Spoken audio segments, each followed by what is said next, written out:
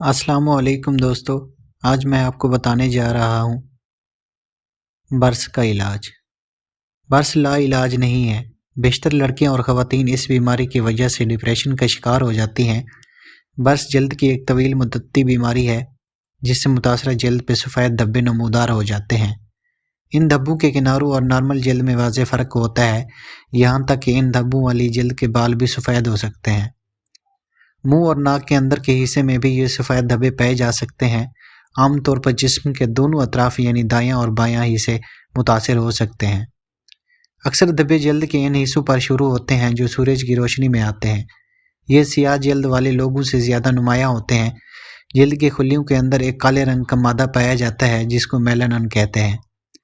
اس میلانن کی وجہ سے ہی جلد کا رنگ ہلکا یا گہرا ہوتا ہے، یعنی اگر جلد کا رنگ سفید ہو تو میلانن کی مقدار کم اور اگر سیاہی میل ہو تو میلانن کی مقدار زیادہ ہوتی ہے۔ برس کی بیماری رنگ پیدا کرنے والے میلانن کے خلیوں کی تباہی سے پیدا ہوتی ہے۔ یہ دھبے دودھ کی مانند سفید ہوتے ہیں اور عام طور پر ہاتھوں، بازوں اور ٹانگوں اور پاؤں پر شروع ہوتے ہیں۔ یہ مختلف جسامت اور شکل کے ہوتے ہیں اور جسم کے کسی بھی حصے پر نمودار ہو سکتے ہیں۔ کچھ افراد کو دھبوں کے نمودار ہونے سے قبل خارش بھی ہوتی ہے۔ دھبے شروع میں چھوٹے ہوتے ہیں لیکن اکثر بڑھ جاتے ہیں اور شکل بدلتے رہتے ہیں۔ عام طور پر یہ دھبے ہونٹوں اور انگلیوں کی پیروں، چہرے اور اعضائے مخصوصہ پر شروع ہوتے ہیں جو ایک خاص ترتیب میں ہوتے ہیں۔ یہ چہرے، ہاتھوں اور کلائیوں پر سب سے زیادہ نمایاں ہوتے ہیں۔ برس کو دو اہم اقسام میں تقسیم کیا گیا ہے: قطعاتی اور غیر قطعاتی۔ زیادہ تر دھبے غیر قطعاتی ہوتے ہیں، یعنی وہ دونوں اطراف کو متاثر کرتے ہیں۔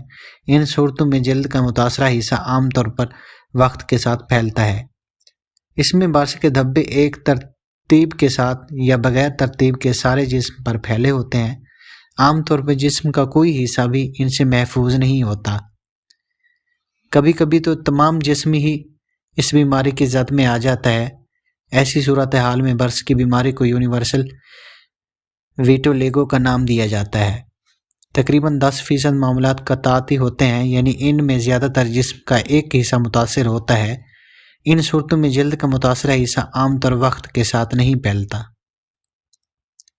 یہ ایسی قسم ہے جو علاج کروانے سے عموماً بہتر ہو جاتی ہے، لیکن برس کی بیماری کا عام طور پر کوئی خاص مزاج سامنے نہیں آتا۔ کبھی تو ایسا ہوتا ہے جس پر کہیں بھی ایک سفید دھبا ہو جاتا ہے اور دیکھتے ہی دیکھتے اس کا سائز بڑھتا چلا جاتا ہے، اور کبھی کبھی اس سفید دھبے کے ساتھ جسم پر نئے دھبے بھی نمودار ہونے لگتے ہیں۔ بعض اوقات ایسا بھی ہوتا ہے جسم پر کوئی سفید دھبا نمودار نہیں ہوتا، لیکن نہ تو اس کا سائز بڑھتا ہے اور نہ ہی جسم پر نئے دھبے نمودار ہوتے ہیں۔ پھر اس بیماریوں کو بڑھنا کا کوئی خاص طریقہ کار نہیں ہوتا۔ کبھی ایسا ہوتا ہے کہ بیماری نمودار ہونے کے بعد بڑی تیزی سے بڑھتی ہے اور کبھی بیماری بڑھتے بڑھتے رک جاتی ہے۔ کچھ عرصہ گزرنے کے بعد پھر تیزی سے بڑھنے لگتی ہے، یا ایسا بھی ہوتا ہے کہ بیماری نمودار ہونے کے بعد بہت آہستگی سے بڑھتی رہتی ہے۔ ایسا بھی دیکھنے میں آیا کہ برس کے داغ خود بخود بغیر کسی علاج کے ٹھیک ہونے لگتے ہیں، جس کی وجہ سے یہ ہے کہ جلد میں پائے جانے والے میلانن کے خلیات دوبارہ کام کرنے لگ جاتے ہیں۔ لیکن یہ سفید دھبے مکمل طور پر غائب نہیں ہوتے، بلکہ کسی نہ کسی حد تک موجود رہتے ہیں۔ ایک بات یاد رکھیں، یہ دھبے ابھرے ہوئے نہیں ہوتے بلکہ ہموار ہوتے ہیں۔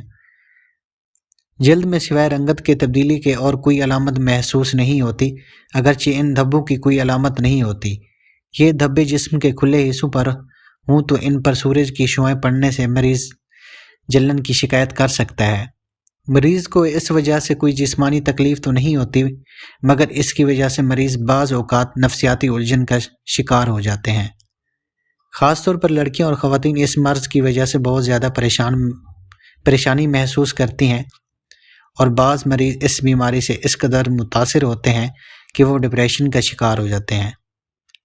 کبھی کبھی تو کچھ مریض خودکشی کا سوچنے لگتے ہیں۔ اسی طرح کے رویے کی ایک وجہ یہ بھی ہے کہ عوام میں یہ بات مشہور ہو چکی ہے کہ اس مرض کا کوئی علاج نہیں۔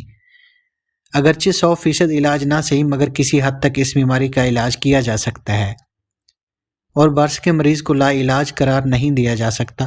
علاج کے لیے بہت سے روایتی اور دیسی طریقے بھی آزمائے جا سکتے ہیں۔ جن کو عام زبان میں ٹوٹکے کہا جاتا ہے۔